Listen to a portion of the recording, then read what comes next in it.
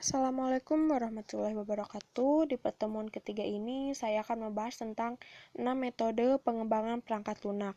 Yang pertama, ada metode waterfall.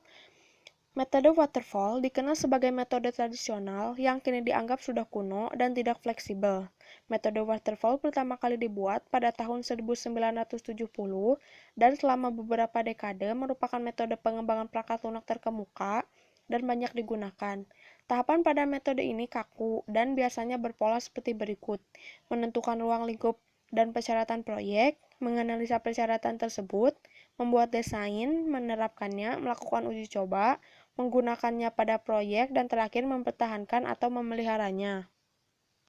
Yang kedua, ada metode pengembangan perangkat lunak agil.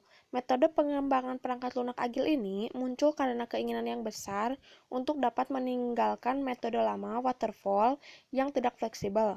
Pendekatan metode ini dirancang untuk mengakomodasi perubahan serta menghasilkan perangkat lunak secara lebih cepat.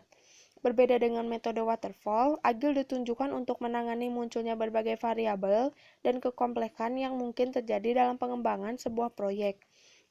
Kepuasan pengguna merupakan prioritas utama dari metode agil ini, yang diraih dengan terus-menerus menghadirkan fitur yang berfungsi dengan baik, teruji, serta diprioritaskan.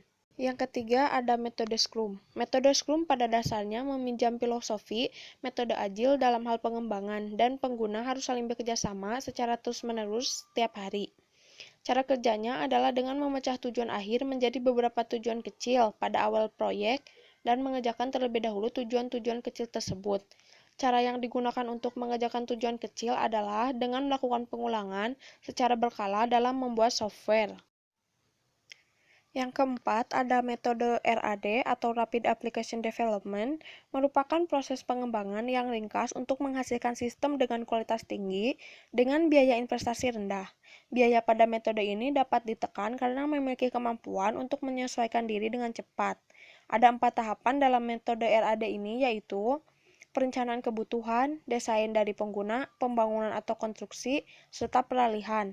Untuk tahapan desain, pengguna dan konstruksi akan terus diulang sampai pengguna menyatakan bahwa hasilnya sudah selesai dengan keinginan mereka.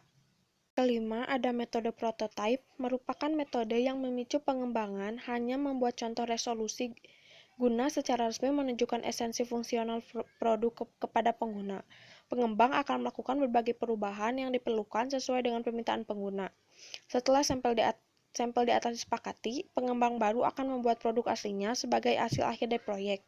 Metode prototype memiliki tendensi untuk dapat menyelesaikan beragam masalah yang terjadi di metode waterfall.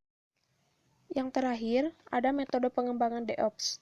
Bukan hanya merupakan metode pengembangan sistem saja, melainkan serangkaian praktik yang mendukung budaya keorganisasian. Metode ini berpusat pada perubahan yang meningkatkan kerjasama antar departemen yang bertanggung jawab terhadap segmen yang berbeda pada pengembangan siklus hidup organisasi. Siklus tadi meliputi pengembangan, jaminan kualitas, serta pelaksanaan atau operasi. Sekian dari saya. Wassalamualaikum warahmatullahi wabarakatuh.